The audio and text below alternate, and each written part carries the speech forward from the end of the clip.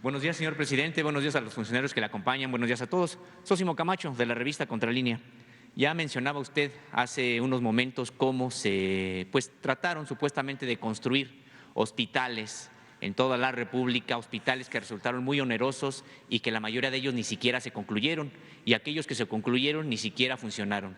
La mayoría de estos hospitales se construyeron bajo un esquema conocido como PPS, proyectos de prestación de servicios, y esto, señor presidente, ocurrió no solamente a nivel federal, hay casos a nivel estatal, hay un caso de la Ciudad de México y que no necesariamente es en materia de salud. Estamos hablando del sistema de comunicaciones y transportes. Hay un expediente de 2010 al que Contralínea ha tenido acceso, un análisis que están haciendo incluso las actuales autoridades de la Ciudad de México, que tiene que ver con la línea 12. Se trata, señor presidente, cuando en 2010 se endeudó por 15 años las finanzas públicas locales por más de 30,000 millones de pesos. Esto para adquirir 30 trenes mediante un esquema de contratación como el que le estoy comentando, de prestación de servicios a largo plazo. Y esta operación, que ha sido investigada por Contralínea, de la cual hemos publicado una primera parte, vendrán otras al respecto, fue planeada para disfrazar este endeudamiento exorbitante, pues la operación significó, por haberlo hecho mediante PPS, un sobreprecio del 200%. La operación debió de ser de 12,000 millones de pesos y como se hizo bajo este esquema, el costo se elevó a más de 30,000 millones de pesos y además se va a terminar de pagar hasta 2026. Como decíamos, con un sobreprecio de 20,000 millones de pesos. Y bueno, quienes están involucrados precisamente en esta operación era el entonces jefe de gobierno, Marcelo Ebrard Casaubon, el director de finanzas, Mario Delgado, el subdirector general de administración del sistema de transporte colectivo Metro de entonces, Juan Carlos Mercado Sánchez, quien ahora además se desempeña como director general de bienes inmuebles y recursos materiales de la Secretaría de Relaciones Exteriores, y también el auditor general de entonces, José Antonio Domínguez Carballo, quien además hasta hace algunas semanas también trabajaba todavía en la Secretaría de Relaciones Exteriores. Nosotros, al tener acceso a este expediente, consultamos con varios abogados y bueno, pues lo que nos señalan es de que se trata de un delito, de un presunto o un probable delito de desvío de recursos públicos y que, bueno, pues este enorme fraude que ha hecho un boquete a las finanzas públicas no ha prescrito, porque todavía se está pagando, se terminará precisamente de pagar hasta 2026. Y la pregunta, señor presidente, es, bueno, pues ¿qué opinión tiene usted de este expediente, de esta investigación que está realizándose en la Ciudad de México, toda vez que involucra a varios funcionarios que se encuentran hoy en el gobierno federal, particularmente en la Secretaría de Relaciones Exteriores? Bueno, aquí hay dos cosas. Una, de que esa era la práctica durante mucho tiempo.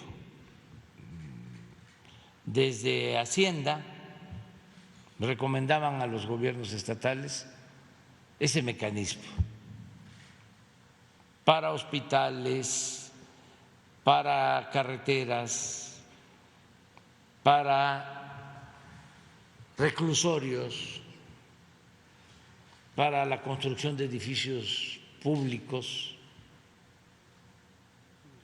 Era un mecanismo de financiamiento muy oneroso porque cobraban de más en la construcción y luego cobraban de más en el financiamiento.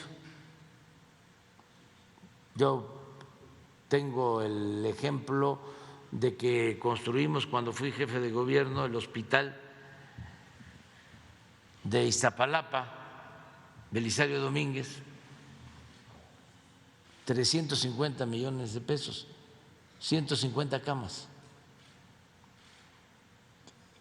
financiado de manera directa, como estamos haciendo todas las obras. Algunas, aclaro, hemos tenido que renegociar contratos de estos de APP,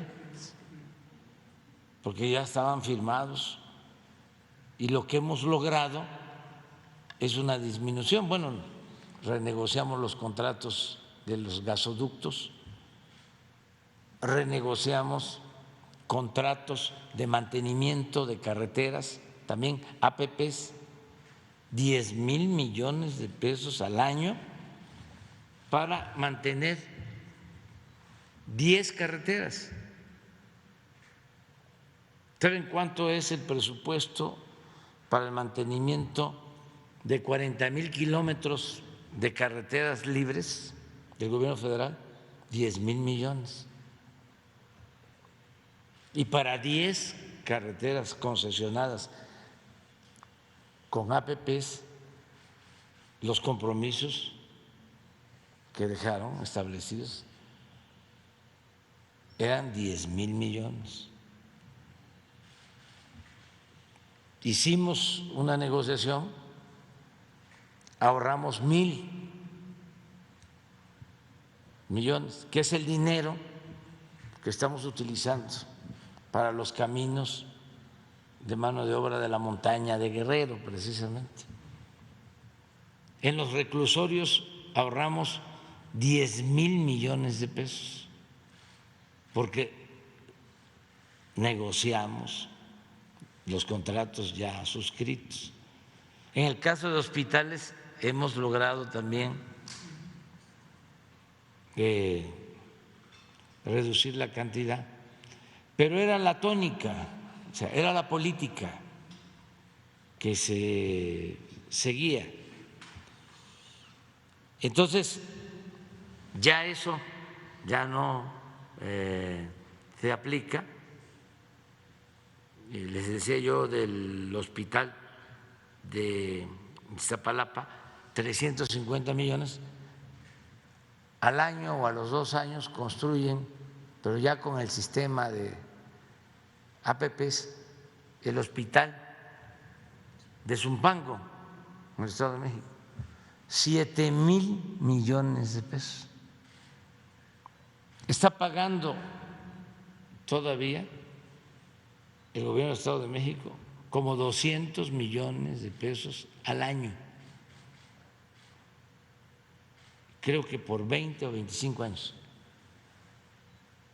para un hospital igual, de 350 millones a 7,000 millones.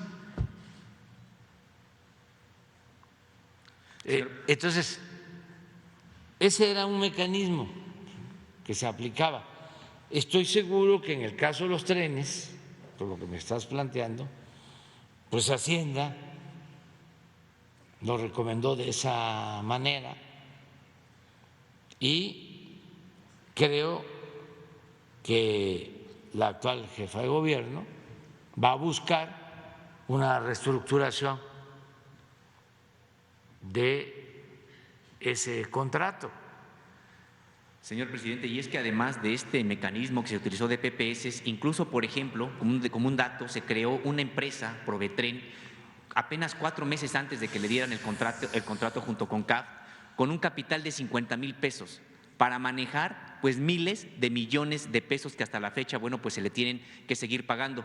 Y recordar, señor presidente, que estos funcionarios fueron investigados, fueron inhabilitados y se les encontró responsables precisamente de la comisión de estas irregularidades. Sin embargo, prescribió la irregularidad, el probable delito, y por lo tanto quedaron, digamos que sin sanción, no porque hubieran resultado exonerados o inocentes de la investigación que se hizo, sino porque prescribió este probable delito. Y por eso la pregunta, señor presidente, sobre si no se tendría que revisar en la propia Secretaría de Relaciones Exteriores. Es que sería en todo el gobierno, era la política que había. Todos, pero no solo los altos funcionarios públicos, empezando por los presidentes, porque ni modo que el presidente no sabía. Gracias, quien señor estuviese. Pero espérate, también hay que, ahora, esto es una recomendación fraterna, respetuosa, ¿no? Que no quiere, que no busca de ninguna manera limitar la libertad de expresión. Aquí se permite todo. Nada más que acuérdense de que ya estamos en víspera, un poco anticipadas, pero ya estamos en víspera de elecciones. ¿Sí? Entonces, cuando se señala a personas, pues, hay que procurar, ¿sí?, que no sea porque tengan posibilidad de ser candidatos o aspirar a cargos. Ustedes son serios en sus investigaciones, Sí, pero están los documentos. siempre en la historia de México la sucesión presidencial levanta muchas pasiones. Los fines de sexenios, ¿cuándo se van a dar los cambios? Entonces, vamos todos a ser muy profesionales, muy objetivos, Sí. y no entrarle a la politiquería. Es una recomendación respetuosa, nada más. Muy bien, señor presidente.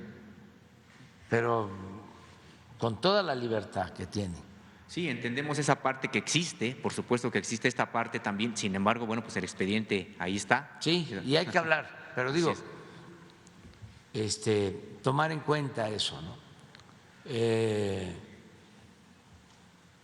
Como se dice en la literatura, no hay texto sin contexto. Así es, señor presidente.